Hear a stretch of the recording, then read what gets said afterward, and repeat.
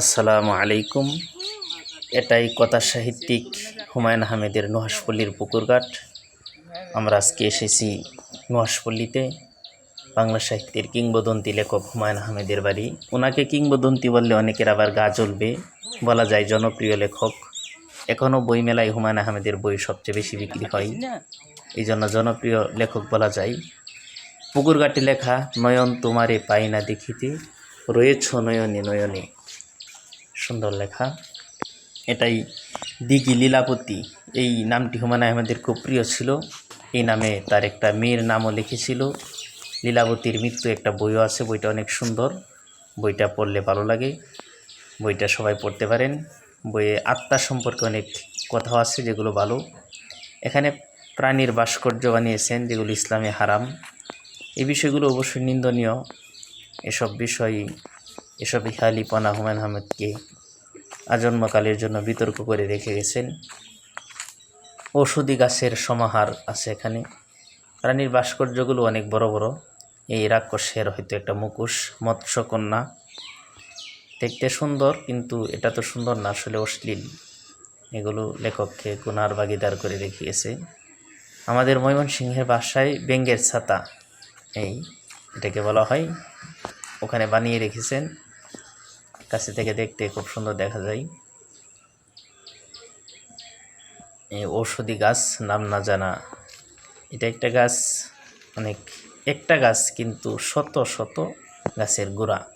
গাছ একটা কিন্তু গোড়া শত শত, দেখতে খুব সুন্দর গাছ থেকে দেখলে। এগুলো নাম না জানা ঔষধি গাছ, বিদেশ থেকে এনেছেন। এই বিভিন্ন ঔষধি গাছই আছে যেগুলো আমরা হয়তো নাম জানি না, লেখক জানতেন। এখানে লাগানো এটা ফটক, এখান দিয়ে লেখক হেঁটে হেঁটে আসতেন পুকুর ধারে। খুব সুন্দর দেখা যাইতো লেখক উদাস মনে, উদাস দুপুরে এগুলিতে হাঁটাহাঁটি করতেন একা একা। মাঝে মাঝেই এখানে এগুলিতে হাঁটাহাঁটি করতেন লেখক। এ বড় একটা কি জানি দেখা যাচ্ছে প্রাণী ভাস্কর্য, ইসলামী যেগুলো নিষিদ্ধ এগুলো বানিয়ে রেখেছেন। ওনার হেয়ালিপনা এবং ইসলাম সম্পর্কে অজ্ঞতা। উনি তো ইউনিভার্সিটির শিক্ষক ছিলেন, এজন্য অজ্ঞতা থাকবেই, এটাই স্বাভাবিক। তবে এগুলো ছড়ায় গেছেন যেগুলো অপসংস্কৃতির সৃষ্টি করেছে। তো এখানে বৃষ্টিবিলাস, খুব লেখক এখানে বৃষ্টি উপভোগ করার জন্য এই টিনের ঘর বানাইছেন। এখানে বৃষ্টি বিলাস করতেন। আর জ্বর থাকুক, যত কষ্টই হোক, বৃষ্টিতে ভিজতেন।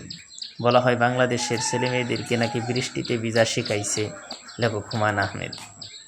সেই বৃষ্টি ভিজার এই সব কাজ করছে। বৃষ্টি বিলাসের সামনেও জায়গা। সে নাকি যখন আমেরিকা থাকতো তখন দেশে ফোন করে বলেছিল যে ব্যাঙের ডাক আর বৃষ্টির শব্দ এগুলো নিয়ে আসো। এটা চা চত্বর, এখানে বসে লেখক চা খাইতেন। এই লিচু গাছের উপরে ঘর, সুন্দর ঘর। সে যে আসলেই হেয়ালিপনা ছিলেন, তার যে রহস্য মানব ছিলেন সে, এগুলোই তার প্রমাণ। লিচু গাছের মাথায় ঘর বানিয়ে বৃষ্টির সময় বসে বসে এখানে চা খাবে, দেখবে, এগুলো তো বাস্তব জীবনে মানুষে করে না। আসলেই লোকটা রহস্য মানব ছিল। হিমরার মতো বাস্তবেও সে চাঁদ দেখত। আসলে হিমু মিশির আলীর জনক সে নিজেই, জন্মদাতা পিতা ছিল সে নিজেই। এই সুন্দর দৃষ্টিনন্দন খোলা মাঠ, এটা দেখলেও ভালো লাগে, অনেক সুন্দর মাঠ। এখানে দাবা খেলা হয়, বড় বড় দাবার গুটি, দাবা খেলার জায়গা। আম গাছ, গাছের মাঝে এই দোলনা পাতা দেওয়াল। এখন দুপুরবেলা, বিস্তৃত সবুজ মাঠ, তবু কি সুন্দর দেখা যাচ্ছে। বিকেল হইলে হয়তো আরও ভালো দেখা যাইতো। এই জায়গাটা খুব সুন্দর। এখান দিয়া হেঁটে আসলে হৃদয়ে অন্যরকম অনুভূতি জাগ্রত হয়। আমি আসতেছি, এই সব কিছু রেখে লেখক চলে গেছেন। এই চোখ জোড়ানো দৃশ্য সুন্দর। এটা লেখকের কবর, কবরে লিখে রেখেছে কি জানি, এখন ভুলে গেছি। এই চরণ দরিতে দিও গো আমারে, নিও না সরাই, কাছের বেষ্টনী। বাহির দিয়ে আসলে এই ভিতরের থেকেই লেখকের কবর জিয়ারত করা যায়। আর ভিতরে আসলে 200 টাকা চরণ টিকিট লাগে। ধরিতে দিও গো আমারে, নিও না নিও না সরাই। এখানের রক্ষণাবেক্ষণ এবং নেত্রকোনার একটা লাইব্রেরির কাজে ব্যয় করা হয়। সব কিছু রেখে লেখক চলে গেছেন। বাংলাদেশের সেলিব্রিটি লেখক আরিফ আজাদ সেও এখানে এসেছিল। সে তার লেখায় লিখেছে মেঘের উপরে বাড়ি শিরোনামে লিখেছেন। লেখক সব কিছু রেখে যে চলে গেছে। এই সুন্দর দৃশ্য, এত কিছু রেখে লেখক চলে গেছে। এই দৃশ্যের কথাই এখানে ইসলামী লেখক ফোরামের লোকজনও এসেছে। তাছাড়া বাংলাদেশে যারা লেখালেখি করে সবাই আসে নুহাশপল্লীতে। আমি আসছি, অনেকে কটু মন্তব্য যাতে না করে, এখানে আসলেই যে খারাপ হয়ে যায় বিষয়টা এরকম না। এই যে ভাস্কর্য, এই ভাস্কর্যগুলোই সবচেয়ে নিন্দিত, এগুলোই তাকে সবচেয়ে বেশি বিতর্ক করছে। তো ভাস্কর্য এরকমভাবে করে বানাইছে সে। মুসলিম লেখকের জন্য এটাই আফসোস। এত সুন্দর দৃশ্য সব কিছু বানাইলো, কিন্তু ভাস্কর্য এগুলো বানাইলো। লেখক কি নাস্তিক ছিলেন? এটা একটা প্রশ্ন সারা বাংলাদেশ জুড়ে। আসলে আমি মনে করি লেখক নাস্তিক ছিলেন না। লেখক তো নামাজ পড়তেন, সে মসজিদ বানিয়ে গেছেন, নিজেকে আস্তিক বলে পরিচয় দিয়েছেন। সে নাস্তিক ছিলেন কিনা এই প্রশ্নের জবাবও দাঁত ভাঙা জবাব দিয়েছেন। দিঘির জলে কার ছায়া গো, এই বইটার ভিতরেও লেখক নাস্তিকদের ডারউইনের মতবাদের এক হাত দিয়েছেন। এটা বৃষ্টিবিলাসের সামনের জায়গা না, বৃষ্টিবিলাসের সামনের জায়গা, এটা পুকুরের ওপারে। এখানে দোলনা, খুব সবুজ দৃশ্য। দক্ষিণ পাশে নীরব জায়গায় লেখক উদাস দুপুরে উদাস হয়েই বসে থাকতো। এটা সাংবাদিকদের কথায় এসেছে। এখানে এই যে দোলনা, এই দোলনায় খেজুর গাছ তলে, এখানেও আঞ্চলিক ভাষায় আমাদের এটাকে বলা হয় জলই, যে আমরা জলই খেলতেছি। লেখক এখানে জলই খেলতেন, বসতেন।